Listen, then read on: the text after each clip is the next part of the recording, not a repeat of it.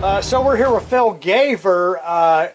Some of you probably saw on our Facebook his post of this this batwing buckle, and at the time we dug it, of course I'm going to let him tell the story, but I just kind of spurted out Victorian. But later on, after I saw pictures of it, I said, you know, most Victorians have a lot of scroll work on them. So one thing led to another, and so anyway, I have Phil on the phone here, and Phil, if you will, tell me what you did. You said something about you put it on ID Me, was that right? And then the ship started sailing.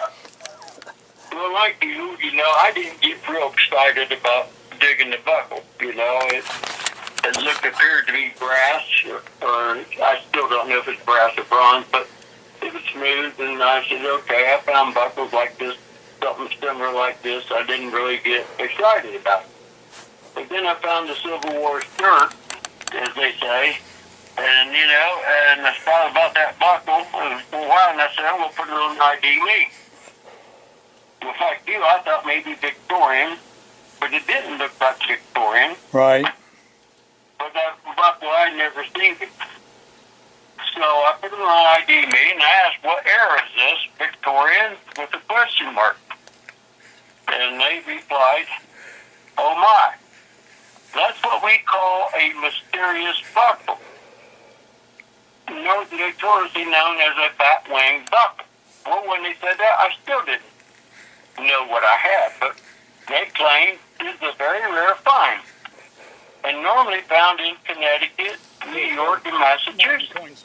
And if there were many, not many, several have been uncovered. And they told me it was a bucket list for sure because it's a rare find. So, really excitement set in. Now, I mean, did anybody add anything else to it? I mean, who wore, what kind of people wore it, the 1700s or? And then they wanted me to fill out this survey, as much information that I could gather on it. Of course, I called Greg Shipley and touched base with him on the history of that area and what have you not.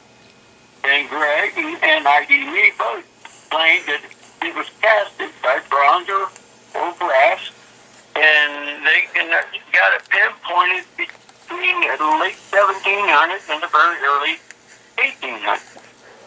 So I said, wow, I've got over a 200-year-old buckle here. You know, so I filled out the survey, gave all the information I could, and then asked permission if they could do an article on it, because they emphasize how rare of a buckle it really is.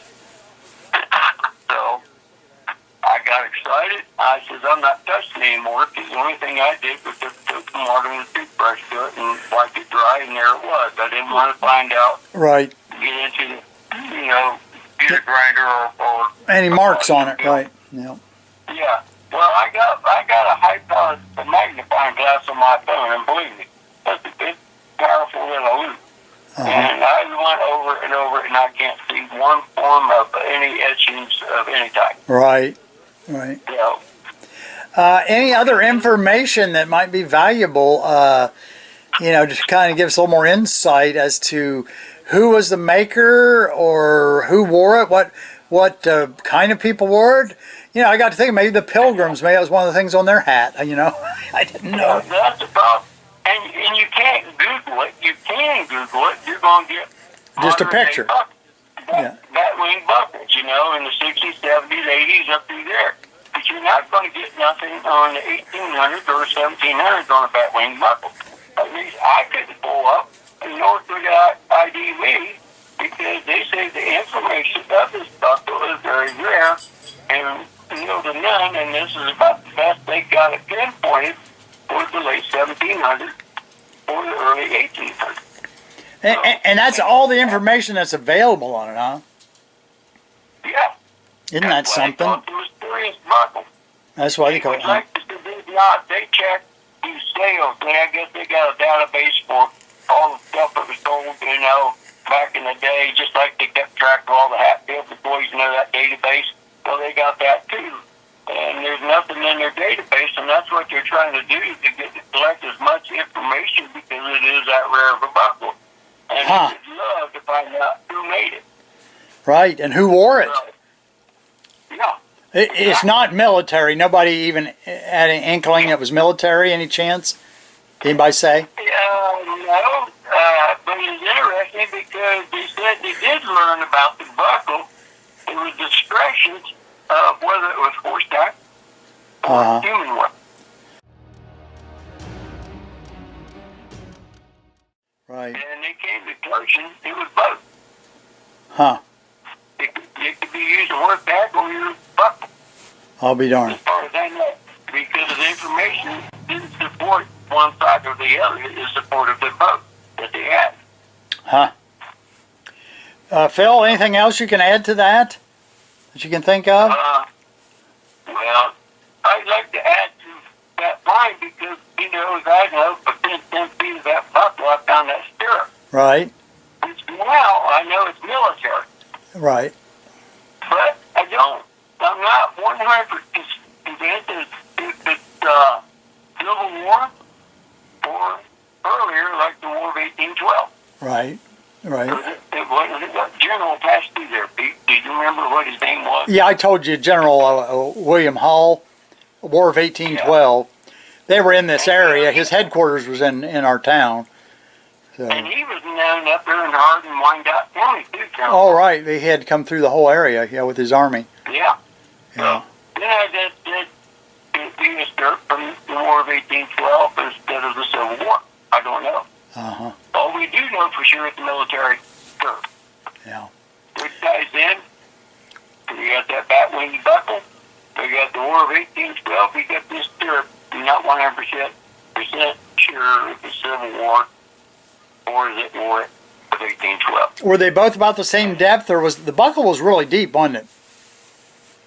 It was about 6 inches. Well, how deep was the stirrup? Wasn't quite that deep, was it? It was about, I'd say, well, where it was at, I ran into a root, and I don't know who the root pushed it up a little bit, but I'd say 4 inches for sure. Yeah. Yeah. Maybe 5. It wasn't real shallow. Right. So the buckle, I mean, could have been there 50 years before the stirrup. You never know. Well, you know, I found a broad axe dated back to 1840 and a big ox ring and the ox shoes I've used for my cover page on my Facebook. Uh-huh. And now them was all 10 feet together. Uh-huh. Doesn't mean my buckle and the stirrup went together at that time period. But Right. I'm looking that way more towards the 1812. Right.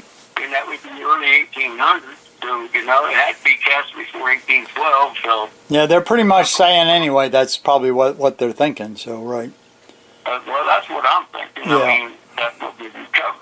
Yeah. And, yeah. Well, I appreciate you sharing with us, Phil. I want to tell our folks listening. I said, please send congrats out to Phil and make sure. I think I'll go ahead and repost the buckle again, and that way. Well, it'll be on this video, so yeah. Okay. It was hot that day, Pete. Yeah, it was hot, wasn't it? Oh, man. Bad. It was probably about 104 in the shade with the humidity. It was really bad. Yeah. So, yeah. But you're tough. You're Iron Man, you know, so there you go. I think that's going to be hard to top. It is. It's going to be hard to top. So I'm really glad for you. But Phil and I had a bad year. What was it? Last spring we had a pretty bad time. You were sick, Yeah. and so I told him. I said, "One of these days you'll come back." So. We got thrown out. I got sick. Oh yeah.